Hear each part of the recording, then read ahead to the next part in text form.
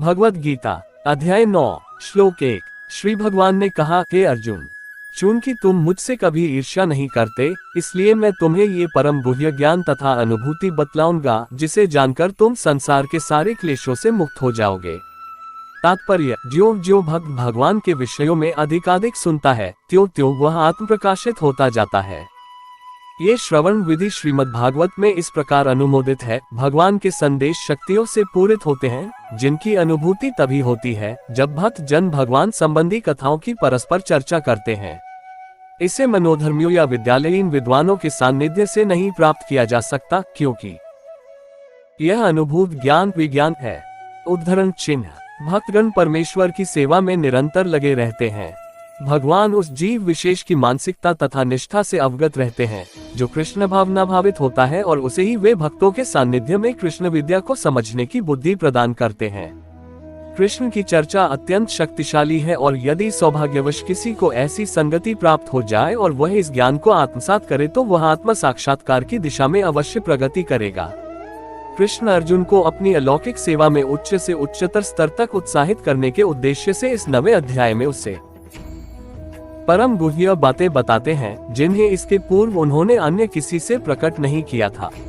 भगवद गीता का प्रथम अध्याय शेष ग्रंथ की भूमिका जैसा है। द्वितीय तथा तृतीय अध्याय में जिस आध्यात्मिक ज्ञान का वर्णन हुआ है, वह गुह्य कहा गया है। 7वें तथा 8वें अध्याय में जिन विषयों की विवेचना हुई है, वे भक्ति से संबंधित हैं और कृष्ण भावनामृत पर प्रकाश डालने के कारण गुह्यतर कहे गए हैं।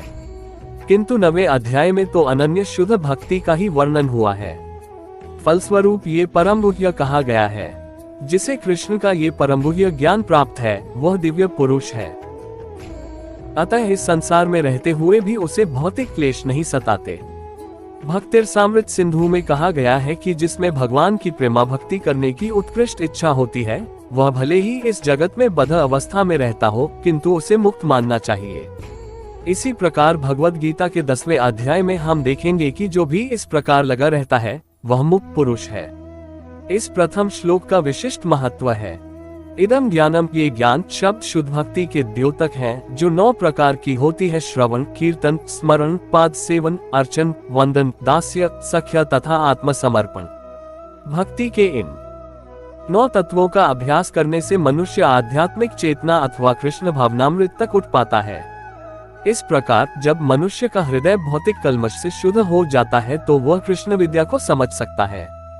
केवल ये जान लेना कि जीव भौतिक नहीं है पर्याप्त नहीं होता। ये तो आत्मानुभूति का शुभारंभ हो सकता है, किंतु उस मनुष्य को शरीर के कार्यों तथा उस भक्त के आध्यात्मिक कार्यों के अंतर को समझना होगा, जो ये जानता है कि वह शरीर नहीं है। 7वें अध्याय में भगवान की ऐश्वर्यमय शक्ति, उनकी विभिन्न शक्तियों परा तथा अपरा तथा इस भौतिक जगत का वर्णन किया जा चुका है। अब 9वें अध्याय में भगवान की महिमा का वर्णन किया जाएगा। इस श्लोक का अनसुएवे शब्द भी अत्यंत महत्वपूर्ण है। सामान्यतया बड़े से बड़े विद्वान भाष्यकार भी भगवान कृष्ण से ईर्ष्या करते हैं। यहाँ तक कि बहुश्रुत विद्वान भी भगवद गीता के विषय में अशुद्ध व्याख्या करते हैं। चूंकि वे कृष्ण के प्रति ईर्ष्या रखते हैं, अतः उनकी टीकाएं व्यर्थ होती हैं। केवल कृष्ण भक्तों द्वारा की गई टीकाएं ही प्रामाणिक हैं। कोई भी ऐसा व्यक्ति जो कृष्ण के प्रति ईर्ष्यालु है, न तो भगवद गीता की व्याख्या कर सकता है, न पूर्ण ज्ञान प्रदान कर सकता है। जो व्यक्ति कृष्ण को जाने बिना उनके चरित्र की आलोचना करता है, वह मूर्ख है। अतः ऐसी टीकाओं से सावधान रहना चाहिए। जो व्यक्ति यह समझते हैं कि कृष्ण भगवान है और शुद्ध तथा दिव्य पुरुष हैं, उनके लिए ये अध्याय लाभप्रद होंगे। श्लोक 2, ये ज्ञान सब विद्याओं का राजा है, जो समस्त रहस्यों में सर्वाधिक गोपनीय है।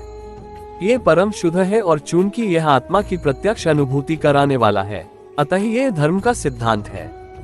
यह अविनाशी है और अत्यंत सुखपूर्वक संपन्न किया जाता है। तात्पर्य, भगवद गीता का यह अध्याय विद्याओं का राजा राजविद्या कहलाता है, क्योंकि यह पूर्ववर्ती व्याख्यायित समस्त सिद्धांतों एवं दर्शनों का सार है। भारत के प्रमुख दार्शनिक गौतम, कणाद, कपिल, याज्ञवल्क्य, शांडिल्य तथा वैश्वानर हैं। सबसे अंत में व्यासदेव आते हैं, जो वेदांत सूत्र के लेखक हैं। अतः दर्शन या दिव्य ज्ञान के क्षेत्र में किसी प्रकार का अभाव नहीं है। अब भगवान कहते हैं कि यह 9वां अध्याय ऐसे समस्त ज्ञान का राजा है, ये वेदाध्ययन से प्राप्त ज्ञान एवं विभिन्न दर्शनों का सार है। ये गुह्यतम है क्योंकि गुह्य या दिव्य ज्ञान में आत्मा तथा शरीर के अंतर को जाना जाता है। समस्त गुह्य ज्ञान के इस राजविद्या की पराकाष्ठा है भक्ति योग। सामान्यतया लोगों को इस गुह्य ज्ञान की शिक्षा नहीं मिलती, उन्हें बाह्य शिक्षा दी जाती है। जहाँ तक सामान्य शिक्षा का संबंध है उसमें राजनीति, समाजशास्त्र, भौतिकी, रसायन शास्त्र, गणित, ज्योतिर्विज्ञान, इंजीनियरिंग आदि में मनुष्य व्यस्त रहते हैं। विश्व भर में ज्ञान के अनेक विभाग हैं और अनेक बड़े बड़े विश्वविद्यालय हैं, किंतु दुर्भाग्यवश कोई ऐसा विश्वविद्यालय या शैक्षिक संस्थान नहीं है जहां आत्मविद्या की शिक्षा दी जाती हो। फिर भी आत्मा शरीर का सबसे महत्वपूर्ण अंग है। आत्मा के बिना शरीर महत्वहीन है। तो भी लोग आत्मा की चिंता न करके जीवन की शारीरिक आवश्यकताओं को अधिक महत्व प्रदान करते हैं। भगवद गीता में 2वें अध्याय से ही आत्मा की महत्ता पर बल दिया गया है। प्रारंभ में ही भगवान कहते हैं कि यह शरीर नश्वर है और आत्मा अविनश्वर। अंतवंत इमे देहा नित्यस्योक्ता शरीरिणः। यही ज्ञान का गुह्य अंश है। केवल ये जान लेना कि यह आत्मा शरीर से भिन्न है, ये निर्विकार, अविनाशी और नित्य है। इससे आत्मा के विषय में कोई सकारात्मक सूचना प्राप्त नहीं हो पाती।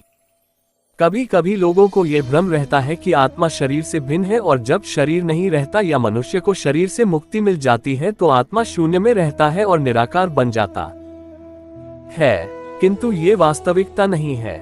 जो आत्मा शरीर के भीतर इतना सक्रिय रहता है वह शरीर से मुक्त होने के बाद इतना निष्क्रिय कैसे हो सकता है? ये सदैव सक्रिय रहता है। यदि यह शाश्वत है तो यह शाश्वत सक्रिय रहता है और वैकुंठ लोक में इसके कार्यकलाप अध्यात्म ज्ञान के गुह्यतम अंश हैं। अतः आत्मा के कार्यों को यहाँ पर समस्त ज्ञान का राजा, समस्त ज्ञान का गुह्यतम अंश कहा गया है। ये ज्ञान समस्त कार्यों का शुद्धतम रूप है, जैसा कि वैदिक साहित्य में बताया गया है। पद्म पुराण में मनुष्य के पाप कर्मों का विश्लेषण किया गया है और दिखाया गया है कि ये पापों के फल हैं। जो लोग सकाम कर्मों में लगे हुए हैं वे पापपूर्ण कर्मों के विभिन्न रूपों एवं अवस्थाओं में फंसे रहते हैं। उदाहरणार्थ, जब बीज बोया जाता है तो तुरंत वृक्ष नहीं तैयार हो जाता, इसमें कुछ समय लगता है। पहले एक छोटा सा अंकुर रहता है, फिर यह वृक्ष का रूप धारण करता है, तब इसमें फूल आते हैं, फल लगते हैं और तब बीज बोने वाले व्यक्ति फूल तथा फल का उपभोग कर सकते हैं।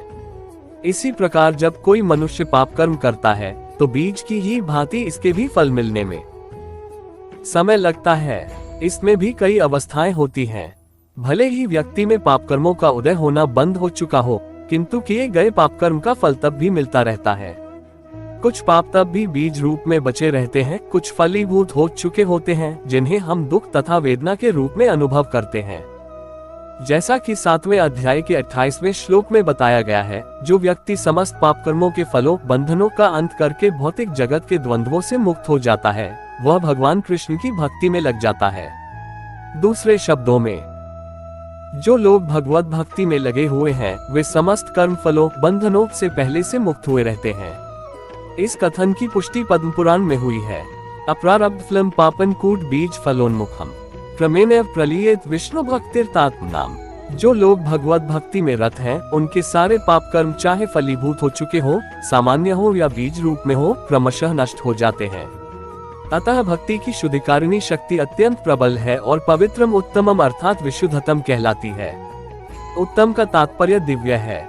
तमस का अर्थ ये भौतिक जगत या अंधकार है और उत्तम का अर्थ भौतिक कार्यों से परे हुआ। भक्तिमय कार्यों को कभी भी भौतिक नहीं मानना चाहिए। यद्यपि कभी कभी ऐसा प्रतीत होता है कि भक्त भी सामान्य जनों की भांति रत रहते हैं। जो व्यक्ति भक्ति से अवगत होता है वही जान सकता है कि भक्तिमय कार्य भौतिक नहीं होते, वे आध्यात्मिक होते हैं और प्रकृति के गुणों से सर्वथा अदूषित होते हैं। कहा जाता है कि भक्ति की संपन्नता इतनी पूर्ण होती है कि उसके फलों का प्रत्यक्ष अनुभव किया जा सकता है।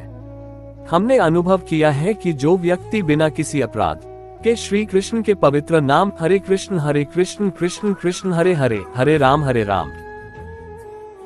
राम राम हरे हरे का कीर्तन करता है, उसे जप करते समय कुछ दिव्य आनंद का अनुभव होता है और वह तुरंत ही समस्त भौतिक कल्मश से शुद्ध हो जाता है। ऐसा सचमुच दिखाई पड़ता है। यही नहीं, यदि कोई श्रवण करने में ही नहीं अपितु भक्ति कार्यों के संदेश को प्रचारित करने में भी लगा रहता है या कृष्ण भवनामृत के प्रचार कार्यों में सहायता करता है, तो उसे क्रमशः आध्यात्मिक उन्नति का अनुभव होता रहता है। आध्यात्मिक जीवन की यह प्रगति किसी पूर्व शिक्षा या योग्यता पर निर्भर नहीं करती। यह विधि स्वयं इतनी शुद्ध है कि इसमें लगे रहने से मनुष्य शुद्ध बन जाता है। वेदांत सूत्र में 3.2.26 भी इसका वर्णन प्रकाशश्च कर्मण्यभ्यासात् के रूप में हुआ है, जिसका अर्थ है कि भक्ति इतनी समर्थ है कि भक्ति कार्यों में रत होने मात्र से बिना किसी संदेह के ज्ञान रूपी प्रकाश प्राप्त हो जाता है। इसका उदाहरण नारद जी के पूर्वजन्म में देखा जा सकता है, जो पहले दासी के पुत्र थे। वे न तो शिक्षित थे, न ही राजकुल में उत्पन्न हुए थे, किंतु जब उनकी माता भक्तों की सेवा करती रहती थी, नारद भी सेवा करते थे और कभी कभी माता की अनुपस्थिति में भक्तों की सेवा स्वयं करते रहते थे। नारद स्वयं कहते हैं, उच्छिष्टलेपाननुमोदितो द्विजय सकृत्स्मा भूंजे तत्पास्तकिल विश्व एवं प्रवृत्तस्य विशुद्ध चेतस तद्धर्म एवात्मरुचि प्रजायते। श्रीमद् भागवत के इस श्लोक में 1.5.25 नारद जी अपने शिष्य व्यासदेव से अपने पूर्वजन्म का वर्णन करते हैं। वे कहते हैं कि पूर्वजन्म में बाल्यकाल में वे चातुर्मास में शुद्ध भक्तों भागवतों की सेवा किया करते थे, जिससे उन्हें उनकी संगति प्राप्त हुई। कभी कभी वे ऋषि अपनी थालियों में उच्छिष्ट भोजन छोड़ देते और यह बालक थालियां धोते समय उच्छिष्ट भोजन को चखना चाहता था। अतः उसने उन ऋषियों से अनुमति मांगी और जब उन्होंने अनुमति दे दी तो बालक नारद उस उच्छिष्ट भोजन को खाता था। फलस्वरूप वह अपने समस्त पाप कर्मों से मुक्त हो गया। ज्यों ज्यों वह उच्छिष्ट खाता रहा, त्यों त्यों वह ऋषियों के समान शुद्ध हृदय बनता गया। चूंकि वे महाभागवत भगवान की भक्ति का आस्वाद श्रवण तथा कीर्तन द्वारा करते थे, अतः नारद ने भी क्रमशः वैसी रुचि विकसित कर ली। नारद आगे कहते हैं, तत्रान्वः कृष्ण कथा प्रगायताम अनुग्रहिणाश्रृण्वं मनोहरा ता श्रद्धया मेनु पदम विशृण्वतः प्रिय श्रवस्यन् ममा भवद रुचि। ऋषियों की संगति करने से नारद में भी भगवान की महिमा के श्रवण तथा कीर्तन की रुचि उत्पन्न हुई और उन्होंने भक्ति की तीव्र इच्छा विकसित की। अतः जैसा कि वेदांत सूत्र में कहा गया है, प्रकाशश्च कर्मण्यभ्यासात्, जो भगवत भक्ति के कार्यों में केवल लगा रहता है उसे स्वतः सारी अनुभूति हो जाती है और वह सब समझने लगता है। इसी का नाम प्रत्यक्ष या प्रत्यक्ष अनुभूति है। धर्म्यम शब्द का अर्थ है धर्म का पथ। नारद वास्तव में दासी पुत्र थे। उन्हें किसी पाठशाला में जाने का अवसर प्राप्त नहीं हुआ था। वे केवल माता के कार्यों में सहायता करते थे और सौभाग्यवश उनकी माता को भक्तों की सेवा का सुयोग प्राप्त हुआ था। बालक नारद को भी यह सुअवसर उपलब्ध हो सका कि वे भक्तों की संगति करने से ही समस्त धर्म के परम लक्ष्य को प्राप्त कर सके। ये लक्ष्य है भक्ति, जैसा कि श्रीमद् भागवत में कहा गया है, स वै पुंसा परो धर्मो यतो भक्तिर्भोक्ष्ये। सामान्यतः धार्मिक व्यक्ति यह नहीं जानते कि धर्म का परम लक्ष्य भक्ति की प्राप्ति है, जैसा कि हम पहले ही 8वें अध्याय के अंतिम श्लोक की व्याख्या करते हुए कह चुके हैं। वेदेषु यज्ञेषु तपस्सु च सामान्यतया आत्म साक्षात्कार के लिए वैदिक ज्ञान आवश्यक है, किंतु यहाँ पर नारद न तो किसी गुरु के पास पाठशाला में गए थे, न ही उन्हें वैदिक नियमों की शिक्षा मिली थी, तो भी उन्हें वैदिक अध्ययन के सर्वोच्च फल प्राप्त हो सके। यह विधि इतनी सशक्त है कि धार्मिक कृत्य किए बिना ही मनुष्य सिद्धि पद को प्राप्त होता है। ये कैसे संभव होता है, इसकी भी पुष्टि वैदिक साहित्य में मिलती है। आचार्यवान पुरुषो वेद। महान आचार्यों के संसर्ग में रहकर मनुष्य आत्म साक्षात्कार के लिए आवश्यक समस्त ज्ञान से अवगत हो जाता है, भले ही वह अशिक्षित हो या उसने वेदों का अध्ययन न किया हो। भक्ति योग अत्यंत सुखकर सुसुखम होता है। ऐसा क्यों? क्योंकि भक्ति में श्रवण कीर्तन विष्णु रहता है, जिससे मनुष्य भगवान की महिमा के कीर्तन को सुन सकता है या प्रामाणिक आचार्यों द्वारा दिए गए दिव्य ज्ञान के दार्शनिक भाषण सुन सकता है। मनुष्य केवल बैठे रहकर सीख सकता है, ईश्वर को अर्पित अच्छे स्वादिष्ट भोजन का उच्छिष्ट खा सकता है। प्रत्येक दशा में भक्ति सुखमय है। मनुष्य गरीबी की हालत में भी भक्ति कर सकता है। भगवान कहते हैं, पत्रम पुष्प फल तोय। वे भक्त से हर प्रकार की भेंट लेने को तैयार रहते हैं, चाहे पत्र हो, पुष्प हो, फल हो या थोड़ा सा जल। जो कुछ भी संसार के किसी भी कोने में उपलब्ध हो या किसी व्यक्ति द्वारा उसकी सामाजिक स्थिति पर विचार किए बिना अर्पित किए जाने पर भगवान को वह स्वीकार है, यदि उसे प्रेम पूर्वक चढ़ाया जाए। इतिहास में ऐसे अनेक उदाहरण प्राप्त हैं। भगवान के चरण कमलों पर चढ़े तुलसी दल का आस्वादन करके सनत कुमार जैसे मुनि महान भक्त बन गए। अतः भक्ति योग अति उत्तम है और इसे प्रसन्न मुद्रा में संपन्न किया जा सकता है। भगवान को तो वह प्रेम प्रिय है जिससे उन्हें वस्तुएं अर्पित की जाती हैं। यहाँ पर कहा गया है कि भक्ति शाश्वत है, ये वैसी नहीं है जैसा कि मायावादी चिंतक साधिकार कहते हैं। यद्यपि वे कभी कभी भक्ति करते हैं, किंतु उनकी यह भावना रहती है कि जब तक मुक्ति न मिल जाए तब तक उन्हें भक्ति करते रहना चाहिए, किंतु अंत में जब वे मुक्त हो जाएंगे तो ईश्वर से उनका तादात्म्य हो जाएगा। इस प्रकार की अस्थायी सीमित स्वार्थमय भक्ति शुद्ध भक्ति नहीं मानी जा सकती। वास्तविक भक्ति तो मुक्ति के बाद भी बनी रहती है। जब भक्त भगवत धाम को जाता है तो वहां भी वह भगवान की सेवा में रत हो जाता है। वह भगवान से तदाकार नहीं होना चाहता। जैसा कि भगवत गीता में देखा जाएगा, वास्तविक भक्ति मुक्ति के बाद प्रारंभ होती है। मुक्त होने पर जब मनुष्य ब्रह्मपद पर स्थित होता है ब्रह्मभूत, तो उसकी भक्ति प्रारंभ होती है। समः सर्वेषु भूतेषु मद्भक्तिं लभते पराम। कोई भी मनुष्य कर्मयोग, ज्ञान योग, अष्टांग योग या अन्य योग करके भगवान को नहीं समझ सकता। इन योग विधियों से भक्ति योग की दिशा में किंचित प्रगति हो सकती है, किंतु भक्ति अवस्था को प्राप्त हुए बिना कोई भगवान को समझ नहीं पाता। श्रीमद् भागवत में इसकी भी पुष्टि हुई है कि जब मनुष्य भक्ति योग संपन्न करके विशेष रूप से किसी महात्मा से श्रीमद् भागवत या भगवद गीता सुनकर शुद्ध हो जाता है, तो वह कृष्ण विद्या या तत्वज्ञान को समझ सकता है। एवं प्रसन्नमनसो भगवत भक्ति योगतः। जब मनुष्य का हृदय समस्त व्यर्थ की बातों से रहित हो जाता है तो वह समझ सकता है कि ईश्वर क्या है। इस प्रकार भक्ति योग या कृष्ण भावनामृत समस्त विद्याओं का राजा और समस्त गुह्य ज्ञान का राजा है। ये धर्म का शुद्धतम रूप है और इसे बिना कठिनाई के सुखपूर्वक संपन्न किया जा सकता है। अतः मनुष्य को चाहिए कि इसे ग्रहण करे।